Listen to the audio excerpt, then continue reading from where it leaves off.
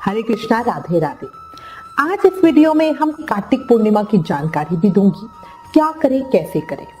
इसी के साथ कुछ चर्चा कार्तिक मास व्रत उद्यापन विधि की भी करेंगे। ठीक है, तो शुरू करते हैं। देखो, कार्तिक पूर्णिमा का व्रत विधि विधान से करने से शिव पुत्र भगवान कार्तिकेय के साथ साथ भगवान श्री कृष्ण का आशीर्वाद मिलता है। पुराणों के अनुसार कार्तिक पूर्णिमा की तिथि पर भगवान विष्णु ने धर्म वेदों की रक्षा के लिए मत्स्य अवतार धारण किया था। कार्तिक पूर्णिमा को त्रिपुरी पूर्णिमा के नाम से भी जाना जाता है। साथ ही कार्तिक पूर्णिमा पर देव दिवाली भी बनाई जाती है। बहुत ही महान और फलदायी दिवस है। इन सब की कथा आप कार्तिक पूर्णिमा व्रत कथा में सुनोगे। जल्दी ही उसका वीडियो भी डालूंगी। इसी के साथ इस दिन सिख धर्म के पहले गुरु नानक देव जी का जन्म हुआ था, इसलिए श्री नानक देव की जयंती होती है। कार्तिक पूर्णिमा के दिन गंगा स्नान का बहुत महत्व बताया गया है। कहा जाता है कि इस दिन गंगा स्नान करने से मनुष्य को मोक्ष की प्राप्ति होती है।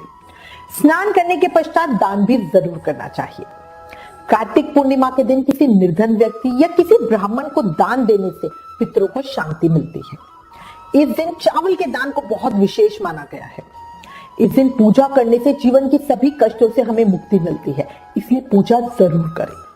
कार्तिक पूर्णिमा पर पूजा करने से हमारी कुंडली में शनि दोष भी समाप्त हो जाता है। अगर आपको अपना कोई भी शुभ और मांगलिक कार्य शुरू करना है तो कार्तिक पूर्णिमा का दिन बहुत बहुत अच्छा है। अब कार्तिक पूर्णिमा की पूजा विधि बताती हूँ। देखो, कार्तिक पूर्णिमा के दिन सुबह पूरे घर की साफ सफाई करें और मुख्य द्वार की चौखट पर हल्दी का जल डालें। मतलब थोड़े से पानी के अंदर हल्दी मिलाकर उस पानी को चौखट के ऊपर डालें।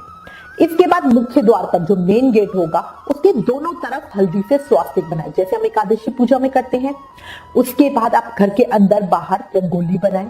साथ ही आम के पत्तों की तोरण या बंदरवान जिसे कहते हैं वो लगाएं। ऐसा करने से महालक्ष्मी घर में प्रवेश करती है और अपनी कृपा घर परिवार पर बनाए रखती है। कार्तिक पूर्णिमा के दिन सूर्योदय से पहले यानी ब्रह्म मुहूर्त में उठकर ही हमें स्नान करना चाहिए। अगर पास में गंगा जी है और हम गंगा स्नान कर सकते हैं तो उससे उत्तम तो कुछ भी नहीं है। पर अगर ये संभव ना हो तो गंगा जल घर में ही पानी में डालकर उससे स्नान करें। इसके बाद भगवान विष्णु की विधि विधान से पूजा करें, उनके समक्ष दीपदान करें। मिट्टी के दीपक में घी या तिल के तेल का दीपदान कर सकते हैं। इसके बाद घर में हवन पूजन जरूर करें। घी, अन्न या खाने की वस्तु दान करें। शाम के समय तुलसी जी के नीचे दीप प्रज्वलित जरूर करें। सत्यनारायण भगवान की कथा पढ़े सुने। पूर्णिमा के दिन स्नान के बाद श्री सत्यनारायण की कथा का श्रवण, गीता पाठ, विष्णु सहस्त्र नाम का पाठ या ओम नमो भगवते वासुदेवाय इस मंत्र का जाप करने से प्राणी पाप मुक्त और कर्जा मुक्त होकर भगवान विष्णु की कृपा पाते हैं, तो इसलिए जरूर करना। भगवान विष्णु को प्रसन्न करने के लिए इस दिन आसमान के नीचे, सायकाल में, घर में, मंदिर में, चौराहे पर, पीपल के पेड़ पर या तुलसी के पौधे के पास दीप प्रज्वलित जरूर करें। गंगा आदि पवित्र नदियों में दीपदान जरूर करें। इसी के साथ मैं एक और बात बताऊंगी। देखो, बाहर तो हम दान कर ही रहे हैं। कार्तिक पूर्णिमा वाले दिन अपनी सामर्थ्य और श्रद्धा के अनुसार अपनी बहन, बेटी, भांजी या बुआ आदि को कुछ ना कुछ दान के रूप में जरूर दे। बहुत बहुत फलकारी होता है। कार्तिक पूर्णिमा के दिन दीपदान करने की प्रथा है, इसलिए बहते पानी में दीपदान जरूर करें। अगर आपके घर के आसपास कोई भी नदी नहीं है या ऐसा करना आपके लिए संभव नहीं हो रहा तो भगवान शिव के मंदिर में जाकर शिवलिंग पर शहद, गंगा जल, कच्चा दूध और पानी चढ़ाएं। फिर देसी घी के 5 दीपक जलाएं और ये दीपक शिव परिवार के नाम से जलाएं, उनको समर्पित करें। इसके साथ ही पीपल के वृक्ष के नीचे सुबह शाम दीपक उस दिन जरूर जलाएं, भूले नहीं। ऐसा करने से हमारे घर की ग्रह दोष दूर होते हैं और घर परिवार में सुख शांति बनी रहती है। कार्तिक पूर्णिमा के दिन सरसों का तेल, तिल, काले वस्त्र किसी निर्धन व्यक्ति को अवश्य दान करें। शनि दोष से हमें बहुत बहुत मुक्ति मिलती है। कार्तिक पूर्णिमा के दिन धन, समृद्धि और सौभाग्य के लिए तुलसी जी की विशेष पूजा करें। कार्तिक पूर्णिमा पर 31 दीपक जलाकर अपने घर और गृहस्थी के लिए सौभाग्य की कामना अवश्य करें। शाम के वक्त तुलसी जी के पास दिया जलाने से लक्ष्मी जी की कृपा बनी रहती है। तुलसी का पौधा परिवार को बुरी नजर से भी बचाता है, इसलिए उसके महत्व को समझे और उनकी पूजा जरूर करें, सिर्फ कार्तिक में ही, पूरे साल। नारद पुराण के अनुसार कार्तिक पूर्णिमा पर संपूर्ण सद्गुणों की प्राप्ति और शत्रुओं पर विजय प्राप्त करने के लिए भगवान कार्तिकेय के दर्शन करने का विधान है। कार्तिक मास की पूर्णिमा तिथि को भगवान शिव की नगरी काशी यानी बनारस में देव दिवाली बनाई जाती है। देव दीपावली के दिन भगवान शिव और गंगा माता की पूजा का विधान है। संध्या के समय में गंगा आरती होती है जो बहुत बहुत सुंदर लगती है। अगर कोई जा सकता है, दर्शन कर सकता है तो जरूर कीजिएगा। कितने जन्मों के पापों का नाश हो जाता है। जो भक्त पूर्णिमा से चातुर्मास व्रत सेवा नियम या कार्तिक नियम उठाते हैं वो कार्तिक पूर्णिमा पर ही अपने व्रत सेवा नियम का उद्यापन करेंगे।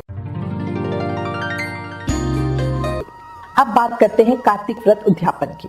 इस विषय पर हमारे पास बहुत सारे प्रश्न आ रहे हैं। ठीक है, प्रश्नों के उत्तर देने से पहले मैं आपको एक चीज बताना चाहूंगी। एक चीज समझो इस बात को, दो तरीके के व्रत उद्यापन होते हैं। पहला होता है पूरी तरह व्रत समाप्ति करना, इसे सही मायनों में उद्यापन कहा जाता है। मतलब मैंने पूरी तरह से व्रत समाप्त कर दिया, मैं नहीं रखूंगी। ठीक है। दूसरा होता है आज किए हुए व्रत का समापन, इसे व्रत पारण या व्रत का विराम भी कहा जाता है। कार्तिक मास में जो लोग पूरे महीने स्नान व्रत करते हैं उनके लिए उद्यापन का विधान बताया गया है, पर यह उद्यापन होता है अपने महीने भर किए व्रत का पारण। कार्तिक मास के बारे में वर्णित तथ्यों के अनुसार ये महीना स्नान व्रत और तप के लिए सर्वोत्तम है। वैकुंठ की प्राप्ति के लिए 12 सालों तक कार्तिक मास में प्रातः स्नान करने के साथ ही दान व्रत करा जाता है। फिर 13वें साल में पूरे विधि विधान के साथ अपने कार्तिक व्रत का उद्यापन किया जाता है। ये होता है पूरी तरह व्रत की समाप्ति। अब इसी में एक दूसरी स्थिति समझो। कई बार क्या होता है कि हम हर साल है ना नियम नहीं निभा पाते। मतलब जैसे कि इस साल तो मैंने कार्तिक व्रत कर लिया, पर अगली बार कुछ परेशानी आ गई, सूतक पातक बहुत सारी चीजें होती है, बीमारी कुछ भी और दिक्कत आ गई और मैं नियम नहीं ले पाई। उस स्थिति में मैंने जो इस साल व्रत किया है उसका फल भी नहीं मिलेगा, क्योंकि पूर्ण फल तो 12 साल पूरा होने पर ही मिलेगा ना। इसी के लिए हमारे संत महात्माओं ने बताया है कि हर साल व्रत समापन पर अपने व्रत का उद्यापन पारण की तरह कर ले, ताकि इस साल के व्रत का फल इसी साल मिल जाए। इसीलिए हम सबको कहते हैं कि कार्तिक पूर्णिमा पर अपने व्रत समापन पर कुछ ना कुछ जरूर करो और उसे अपने महीने भर की साधना व्रत का पारण समझ लो। व्रत उद्यापन की शास्त्रीय विधि का विधान है जिसे हमने कार्तिक महत्तम के अध्याय 33 में सुना, पर हर किसी को ना उस विधि को फॉलो करना मुश्किल होता है।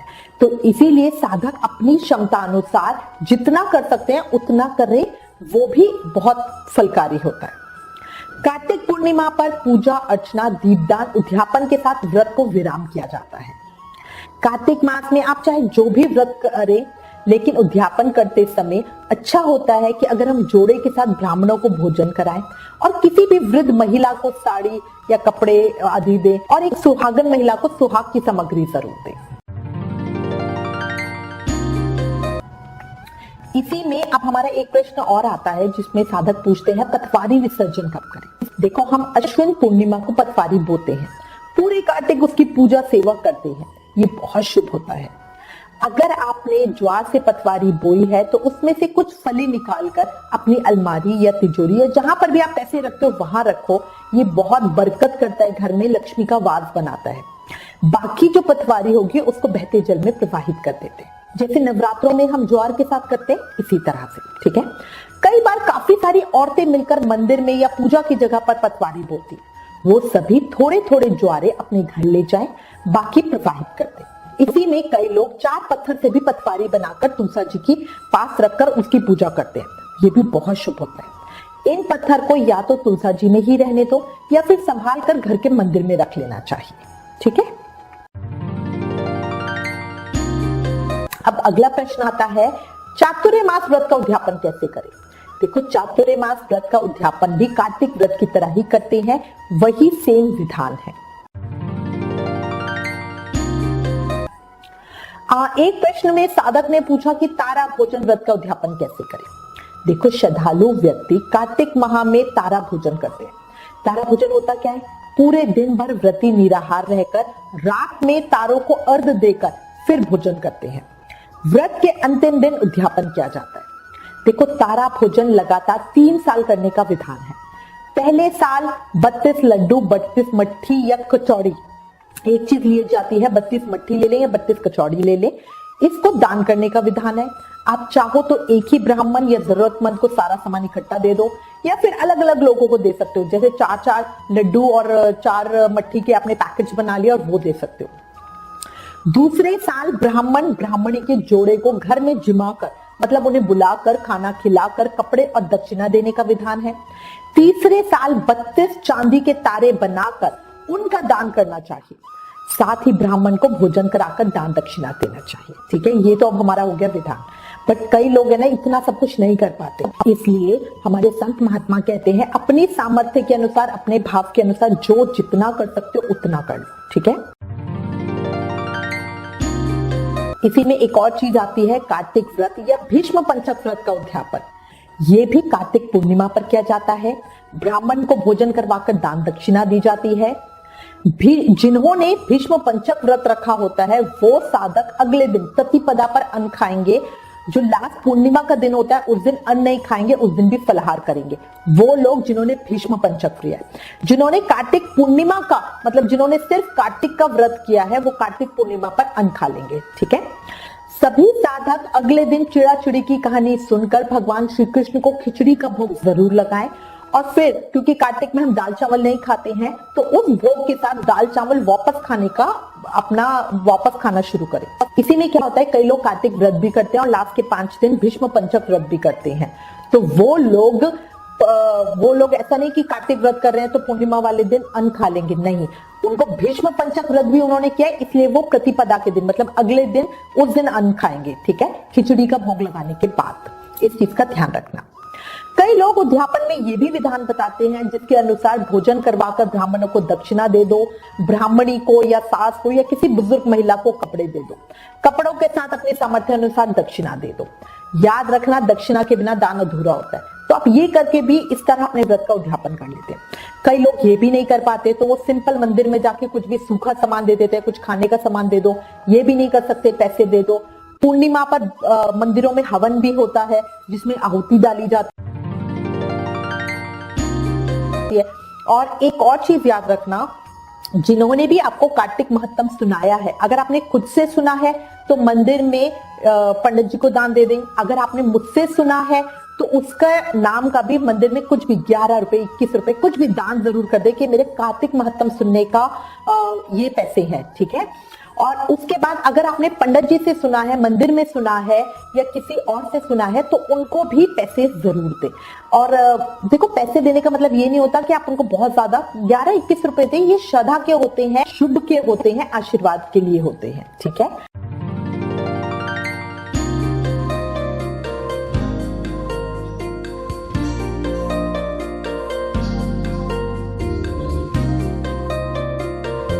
तो मैं उम्मीद करती हूँ इस वीडियो में दी गई जानकारी आपके लिए उपयोगी होगी। इससे रिलेटेड अगर आपके पास कोई भी कमेंट या सजेशन है तो प्लीज हमें लिखें। ज्ञान बांटने से बढ़ता है, इसलिए इस वीडियो को ज्यादा से ज्यादा शेयर करें। Please like, share and subscribe. Thank you. Hare Krishna.